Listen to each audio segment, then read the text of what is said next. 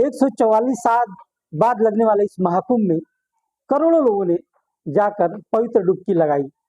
संगम में लोग इस मकसद से गए कि वहां जाकर वो अपने पाप धोएंगे, लेकिन एक शख्स ऐसा था जो पाप धोने नहीं, पाप करने की नीयत से वहां पहुंचने वाला था। नमस्कार, मेरा नाम है जयप्रकाश और आप देख रहे हैं जनता प्रहरी। जी हाँ, मैं उसी सच्ची घटना की बात कर रहा हूँ जो महाकुंभ के दौरान घटी थी। अशोक नाम का एक शख्स जो कि दिल्ली नगर निगम में कर्मचारी है, अपनी पत्नी को 17 फरवरी की रात कहता है कि चलो मैं तुम्हें संगम में पवित्र डुबकी लगवा कर लाता हूँ, जिससे हमने आज तक जो भी पाप किए हों वो धुल जाएंगे। जैसे कि अमूमन होता है, पत्नियां खुश हो जाती हैं, पति अगर कहीं घूमने की बात कहे वो भी तैयार हो जाती हैं। मौका भी खास था संगम में डुबकी लगाने का, महाकुंभ में पवित्र डुबकी लगाने का। पति पत्नी खुशी राजी घर से निकल पड़ते हैं और 18 तारीख की सुबह वो महाकुंभ में पहुंचते हैं।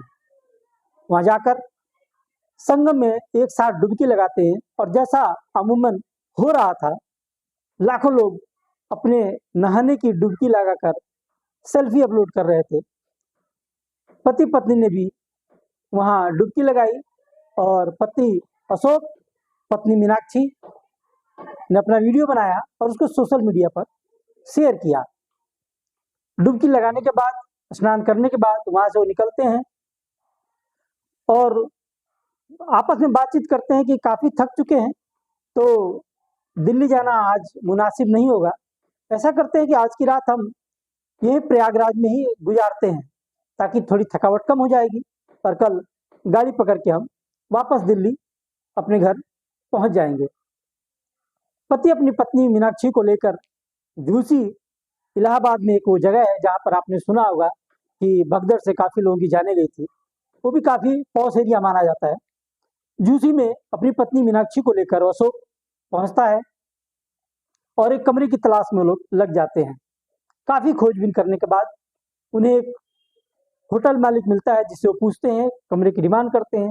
होटल का मालिक उनसे आईडी प्रूफ मांगता है, तो अशोक आईडी प्रूफ देने से इनकार कर देता है और कहता है कि मेरे पास कोई आईडी प्रूफ नहीं है। तो होटल मालिक उसे कमरा देने से भी इनकार कर देता है।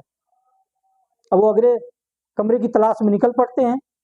काफी खोजबीन करने के बाद उन्हें एक ऐसा शख्स मिलता है जो बिना आईडी प्रूफ के उन्हें कमरा देने के लिए तैयार हो जाता है। असल में क्या हो रहा था कि महाकुंभ में इतनी भीड़ आ रही थी कि लोगों ने इसे एक पैसा कमाने का जरिया बना लिया था।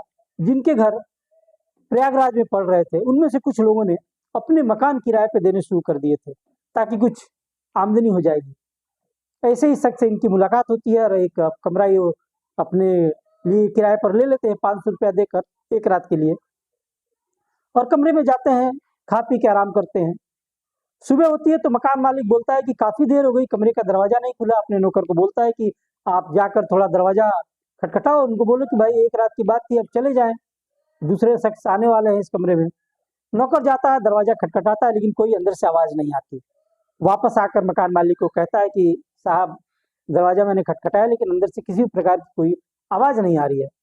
मकान मालिक खुद जाता है, दरवाजा खटखटाता है, लेकिन उस वक्त भी कोई आवाज उसे नहीं आती। दोनों जबरदस्ती उस दरवाजे को खोलते हैं और अंदर जाते हैं तो पूरा कमरा खाली। फिर और अंदर जाते हैं, बाथरूम के कमरे में जैसे ही देखते हैं तो एक लाश जिसका सर दर्द से अलग था, देखकर दोनों के होश उड़ जाते हैं। तत्काल पुलिस को फोन करते हैं, पुलिस आती है, अपनी छानबीन करती है, लेकिन उस समय महाकुंभ का ऐसा भीड़ चल रही थी कि पुलिस इस मुकदमे को थोड़ा दरकिनार करने की सोचता है और कहता है कि महाकुंभ खत्म होने के बाद इसके ऊपर पूरी गहराई से जांच की जाएगी। क्योंकि महाकुंभ की भीड़ है तो हम तब तक किसी अन्य काम में व्यस्त है, तो इसको थोड़ा किनारे कर देते हैं। बात का आई गई हो जाती है, लेकिन 2 दिन बाद वो मीनाक्षी, जिसका एक 17 वर्ष का बेटा था, वो अपनी माँ को खोजता हुआ उसी संगम में पहुंच जाता है। काफी खोजबीन करने के बाद उसे उसकी माँ का पता नहीं चलता, तो घूमते फिरते वो झूसी, जो कि थाना था, वहां पर पहुंचता है। वो लड़का अपनी माँ की तस्वीर पुलिस को दिखाता है और कहता है कि मेरी माँ की तलाश आप किसी भी तरह कीजिए, काफ़ी दिन से मैं फ़ोन लगा रहा हूँ लेकिन उनका कोई जवाब नहीं आ रहा है। पुलिस उस तस्वीर को देखती है तो पुलिस को शक होता है। वो एक और तस्वीर मंगाती है और उस लड़के को दिखाती है, अश्विन को, कहती है कि क्या यही तुम्हारी माँ है? लड़का देखकर पहचान जाता है और कहता है हाँ, यही मेरी माँ है। फिर लड़कों को पुलिस लेकर जाती है मॉर्चरी रूम में। वहाँ जाकर वो लाश दिखाई जाती है, शिनाख्त कराई जाती है, लड़का पहचान लेता है अपनी माँ को। लेकिन सबसे बड़ा सवाल पुलिस के सामने ये था कि आखिर ये कत्ल किया किसने? लेकिन पुलिस के पास एक ऐसा शख्स भी था जो इस बात की जानकारी उन्हें दे सकता था। बाकायदा पुलिस अश्विन से सारी जानकारी लेती है। तब पता चलता है कि अशोक अपनी पत्नी के साथ महाकुंभ स्नान करने के लिए निकला था, लेकिन बाद में उस कमरे से अशोक का कुछ अता पता नहीं चला। पुलिस अश्विन को एक बात कहती है और बोलती है कि जैसा हम कहते हैं वैसा तुम करो।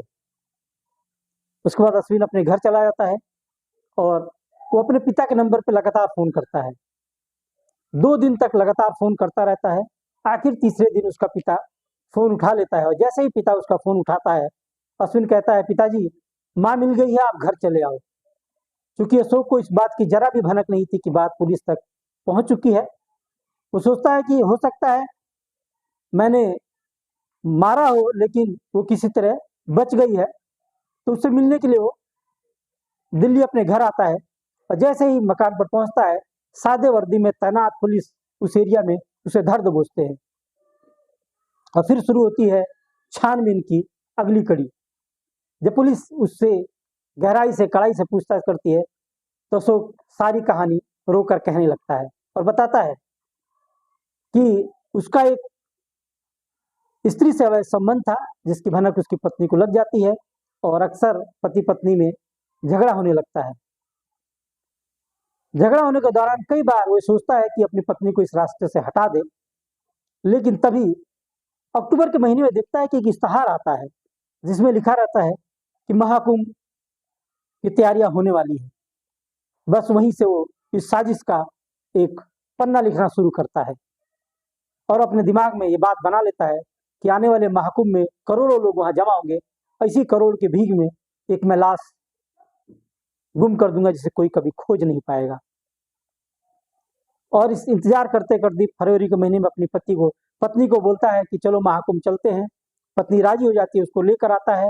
नहाने के बाद वो उस कमरे में जाता है जहां कोई उसका आईडी प्रूफ ना ले सके, यानी कि कत्ल करने के बाद कोई ऐसी पहचान उसकी ना हो कि कत्ल किसने किया। इसलिए वो एक ऐसा कमरा चुनता है जहां पर कोई उससे आईडी प्रूफ ना मांगे। उस कमरे में जाते हैं और उस रात भी पत्नी से किसी बात को लेकर कहासुनी हो जाती है और क्योंकि वो पहले से प्लानिंग करके आया था, अपने साथ एक चाकू लेकर आता है। पत्नी जैसे ही बाथरूम में जाती है, पीछे से जाकर उसका गला काट देता है और चाकू लेकर सारे वहां के जो भी सबूत है वो मिटाकर रात को ही वहां से गायब हो जाता है। जब पुलिस ये सारी बात सुनती है तो उनके भी होश उड़ जाते हैं और सोचने पे मजबूर हो जाते हैं कि कैसे 25 सालों का रिश्ता क्षण भर में पाप का भागी बन गया। और ये शख्स अशोक शायद ये सोच रहा हो कि इस महाकुंभ में पाप कर लूं और अगले महाकुंभ में अपने पाप धो लूंगा। तो ऐसी थी एक क्राइम स्टोरी। मिलते हैं अगले एपिसोड में एक नई क्राइम स्टोरी के साथ। तब तक के लिए मुझे आज्ञा दीजिए। नमस्कार।